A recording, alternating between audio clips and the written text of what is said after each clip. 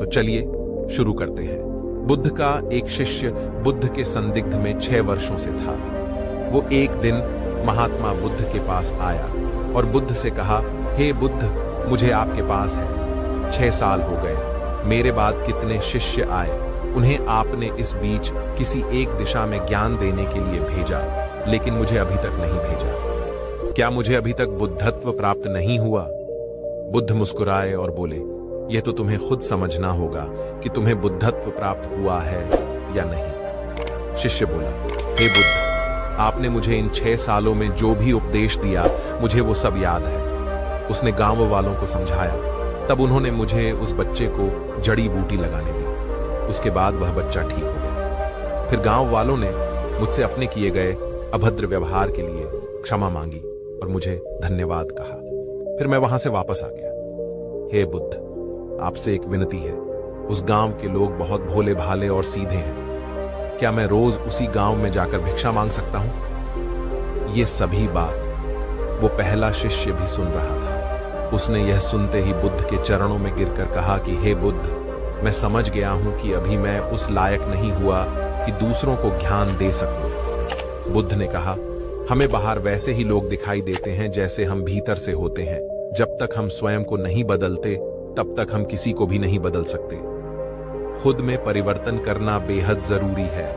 कोई भी बात बताने से पहले उसे आचरण में लाना बेहद जरूरी है, क्योंकि आचरण में लाई हुई चीज को बताना, समझाना बहुत आसान होता है और उसे लोग बेहद आसानी से अच्छे से समझ पाते हैं। दोस्तों, हम सभी को ऐसा लगता है कि हमने जो कुछ भी सीखा है वह हमको दूसरों को सिखाना चाहिए, लेकिन हम जाने अनजाने में दूसरों को सिखाने के चक्कर में हम कभी कभी गलत साबित हो जाते हैं। तो इसलिए दोस्तों, अगर आप किसी को भी कोई भी सुझाव देने के लिए जाते हैं, आप कोई भी चीज सिखाने के लिए जाते हैं, तो सबसे पहले आप उस कार्य को संपूर्ण रूप से और सही ढंग से अच्छे से सीख जाएं। और आपको जब यह पक्का प्रूफ मिल जाए कि अब मैं इस कार्य को संपूर्ण रूप से सीख चुका हूं, अब मैं दूसरों को सिखा सकता हूं, तभी आप दूसरों को सिखाने के लिए जाए। अन्यथा आपके साथ दुर्व्यवहार हो सकता है और आपको क्षति भी पहुंच सकती है। एक बार की बात है, महात्मा बुद्ध अपने शिष्यों के साथ नगर भ्रमण पर निकलने वाले थे, पर इस बार बुद्ध जी ने कहा कि केवल कुछ शिष्य ही हमारे साथ इस यात्रा पर जा पाएंगे। इसके लिए हम कल बताएंगे कि क्या करना होगा। फिर सभी शिष्य अगली सुबह होने का इंतजार करने लगे। फिर सुबह होते ही सभी शिष्य महात्मा जी के समक्ष जा पहुंचे। तभी महात्मा जी ने कहा कि हम 3 महीने बाद यात्रा पर निकलेंगे। तभी एक शिष्य ने पूछा कि गुरुजी, आपके साथ यात्रा पर कौन जाएगा? इसके बारे में आपने बताया ही नहीं। तभी महात्मा जी बोले कि केवल एक ही शिष्य हमारे साथ इस यात्रा पर जाएगा। तो सभी शिष्य हैरानी से महात्मा जी के ओर देखने लगे। केवल एक ही शिष्य। तब महात्मा जी ने कहा कि हाँ, और इसका चुनाव हम एक परीक्षा द्वारा करेंगे। जो इस परीक्षा में उत्तीर्ण होगा वही हमारे साथ यात्रा पर जा पाएगा। तभी सभी शिष्यों को गुरुजी ने एक एक गमला दे दिया और बोले कि जिस भी शिष्य का पौधा सबसे बढ़ा होगा वही हमारे साथ इस यात्रा पर जाएगा। तभी सभी शिष्य अपने अपने गमले लेकर अपने अपने कक्ष में चले गए और सब अपनी तरह से अपने अपने गमले के बीजों को सींचने लगे। लगभग 2.5 महीना बीत चुका था। सभी शिष्यों के पौधे थोड़े थोड़े बढ़ने लगे, लेकिन उनमें से एक शिष्य का पौधा बिल्कुल भी नहीं बढ़ा। लेकिन फिर भी वह निराश नहीं हुआ और हर रोज की ही भांति अपने गमले के बीज को सींचता रहा, लेकिन कोई भी फर्क नहीं पड़ा। फिर परीक्षा का दिन आ गया। सभी शिष्य अपने अपने गमले लेकर महात्मा जी के समक्ष प्रस्तुत हुए। फिर थोड़ी देर बाद वह शिष्य भी वहां प्रस्तुत हुआ जिसके गमले में लगा बीज बिल्कुल भी नहीं बढ़ा। उस शिष्य को देखकर सभी शिष्य आपस में हैंसने लगे। तभी महात्मा जी ने बड़े आश्चर्यजनक शब्दों में उस शिष्य से कहा कि क्या हुआ वत्स, तुम्हारा गमला तो बिल्कुल वैसा ही है जैसा कि हमने तुम्हें सौंपा था। तब उस शिष्य ने जवाब में कहा कि क्या करूं गुरुजी, मैंने तो इसकी हर रोज खूब देखभाल की, लेकिन यह बड़ा नहीं। तब दूसरे सभी शिष्य उसका परिहास उड़ाने लगे। तब महात्मा जी बोले कि शिष्य, चलो तुम यात्रा पर चलने की तैयारी कर लो, हमें कल सुबह ही निकलना होगा।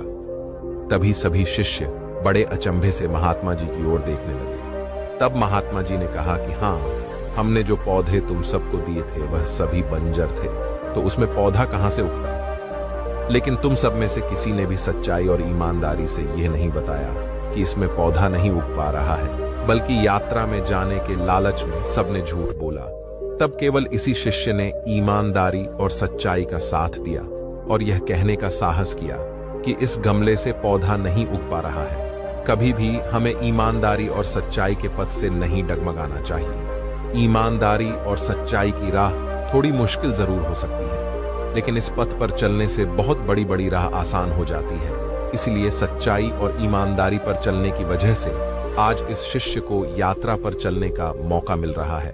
और यह कोई साधारण यात्रा नहीं है, बल्कि बहुत बड़े मठ में हम इस शिष्य के साथ जा रहे हैं, जहां पर कि इसके भविष्य की नई राह खुलने वाली है। महात्मा बुद्ध के इस मोटिवेशनल कहानी से हमें यह याद दिलाया जाता है कि ईमानदारी और सच्चाई का महत्व सबसे ज्यादा है, और यह हमारे जीवन में सफलता पाने के लिए बहुत ही महत्वपूर्ण है। हमें कभी भी सच्चाई और ईमानदारी का रास्ता नहीं छोड़ना चाहिए, चाहे हमारे सामने कितनी भी मुश्किलें क्यों ना आए।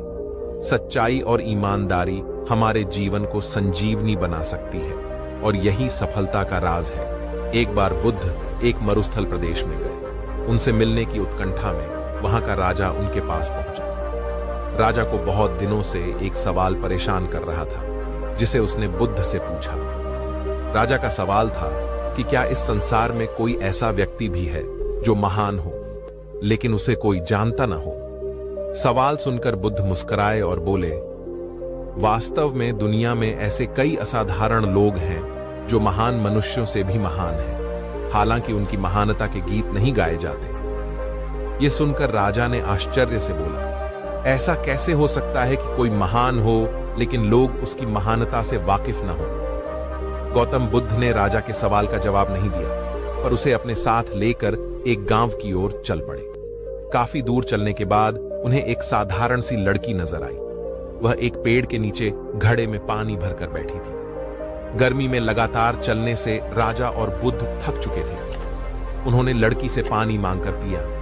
गर्मी से राहत मिली तो दोनों की जान में जान आई। राजा ने लड़की को देने के लिए पैसे निकाले तो उसने पैसे लेने से इनकार कर दिया। वह बोली, हे राजन, मैं कोई व्यवसाय नहीं करती। आप इस हरे भरे विशाल पेड़ को देखो, ये किसी से कुछ नहीं मांगता। निस्वार्थ भाव से सभी को अपनी छांव के जरिए गर्मी में राहत देते हुए साधना कर रहा है। इसलिए मैं दूर से घड़े में पानी भरकर यहां बैठती हूं, ताकि इस पेड़ को पानी दे सकूं और आने जाने वालों को गर्मी, प्यास, थकान से राहत पहुंचा सकूं। उस लड़की ने आगे कहा, हे राजन, मेरे पानी पिलाने की इस सेवा से मुझे असीम शांति मिलती है। यह सुनकर राजा को भी संतुष्टि मिली और उसे अपने सवाल का जवाब भी मिल गया। एक समय की बात है, भगवान गौतम बुद्ध अपने शिष्यों के साथ बैठे हुए थे और उन्हें उपदेश दे रहे थे। तब उन्होंने अपने शिष्यों से कहा, क्रोध इंसान का सबसे बड़ा दुश्मन है। क्रोध करने वाला व्यक्ति खुद को हानि पहुंचाता ही है, लेकिन दूसरों को भी हानि पहुंचाता है। वह प्रतिशोध की आग में जलता है और अपने जीवन को बर्बाद करता है। उनके उपदेश खत्म हो जाने के बाद उनके शिष्यों में से एक शिष्य खड़ा होता है और उसे बोलता है, तू एक ढोंगी है।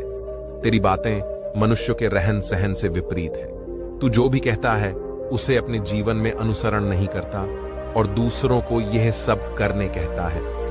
जब उसका वह शिष्य गौतम बुद्ध को उल्टी सीधी बातें कह रहा था, तब गौतम बुद्ध ने कोई प्रतिक्रिया नहीं दी और वे शांत बैठे थे। लेकिन ऐसे में वह व्यक्ति और भी ज्यादा गुस्सा हो गया और गुस्से में आकर उसने गौतम बुद्ध के मुंह पर थूक दिया। इसके बाद भी महात्मा गौतम बुद्ध को गुस्सा नहीं आया और वे शांत थे। उन्होंने अपने चेहरे से थूक को पोंछा और वह चुपचाप बैठ गए। यह सब देखकर उस शिष्य को समझ नहीं आया कि वह क्या करेगा। गुस्से में आकर वह उस जगह को छोड़कर चला गया और अगले दिन अपने घर पहुंचा। जैसे ही वह अपने घर पहुंचा, तब तक उसका दिमाग शांत हो चुका था। दिमाग के साथ होते ही उसे इस बात का एहसास हुआ कि उसने कितनी बड़ी गलती की है। उसे पाप हुआ है। वह खुद को मन ही मन कहने लगा, यह मैंने क्या कर दिया? मैंने महात्मा बुद्ध का अपमान किया है। ऐसा पाप मैं कैसे कर सकता हूँ?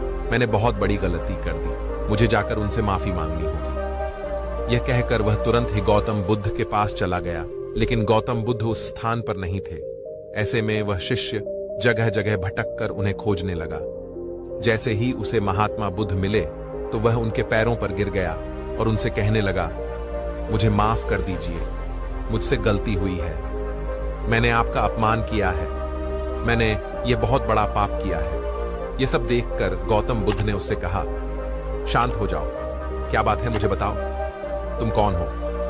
गौतम बुद्ध के यह पूछने पर वह शिष्य चौंक गया। वह सोचने लगा कि महात्मा बुद्ध मुझे कैसे भूल सकते हैं, मैंने तो उनका अपमान किया था। यह सोचकर उसने महात्मा बुद्ध से पूछा, मैं वही शिष्य हूं जिससे कल आपका अपमान किया था और आप इतनी जल्दी मुझे भूल गए। हमें कल की बातों को कल में ही छोड़ देना चाहिए। वह अच्छा हो या बुरा, उसके बारे में बार बार विचार नहीं करना चाहिए। मैं बीती हुई बातों को पीछे छोड़कर आगे चलता हूं और ऐसा ही हम सबको भी करना चाहिए, महात्मा बुद्ध ने उस शिष्य से कहा।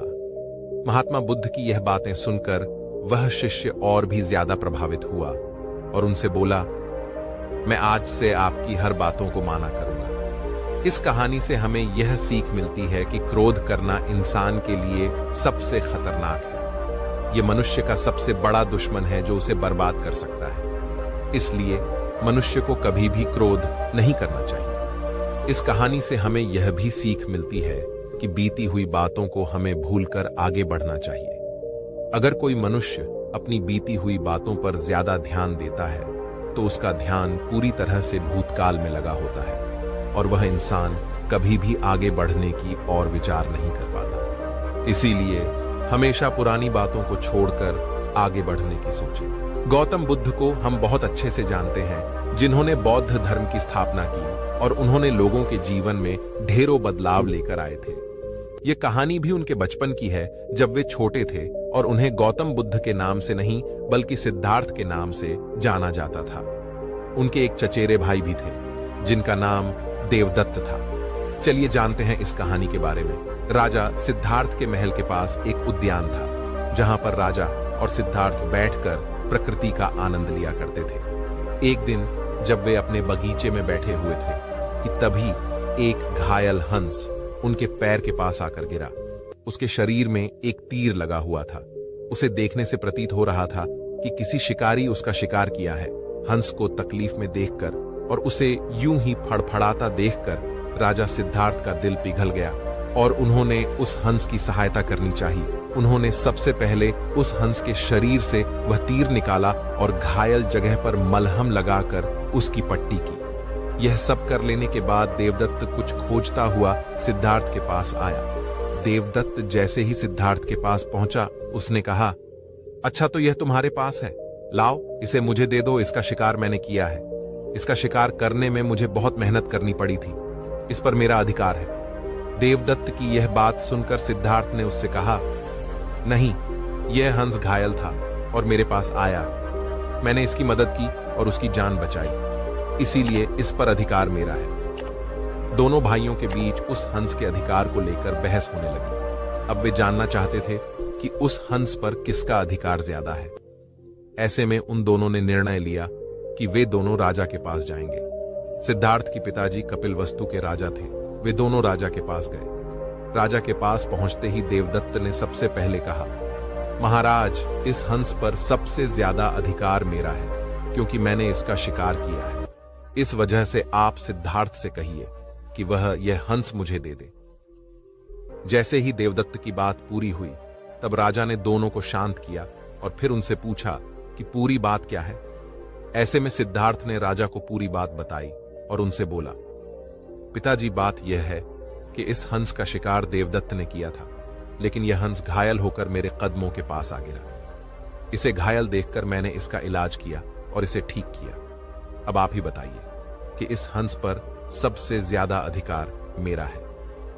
राजा ने इस मामले पर अच्छे से विचार किया। विचार कर लेने के बाद उन्होंने सभा में सबसे एक बड़ी बात कही और वह बात यह थी कि मारने वाले से ज्यादा बचाने वाला का अधिकार सबसे ज्यादा होता है। इसीलिए इस हंस पर सबसे बड़ा अधिकार सिर्फ और सिर्फ सिद्धार्थ का है, क्योंकि उसने उस हंस को मारा नहीं बल्कि उसे घायल देखकर उसका इलाज किया और उसकी जान बचाई। राजा के ऐसा कह लेने के बाद देवदत्त को बात अच्छे से समझ आ गई। वह भी जान चुका था कि मारने वाले से ज्यादा बचाने वाले का अधिकार सबसे ज्यादा होता है। इस कहानी से हमें समझ में आता है कि मारने वाले से ज्यादा बचाने वाला बड़ा होता है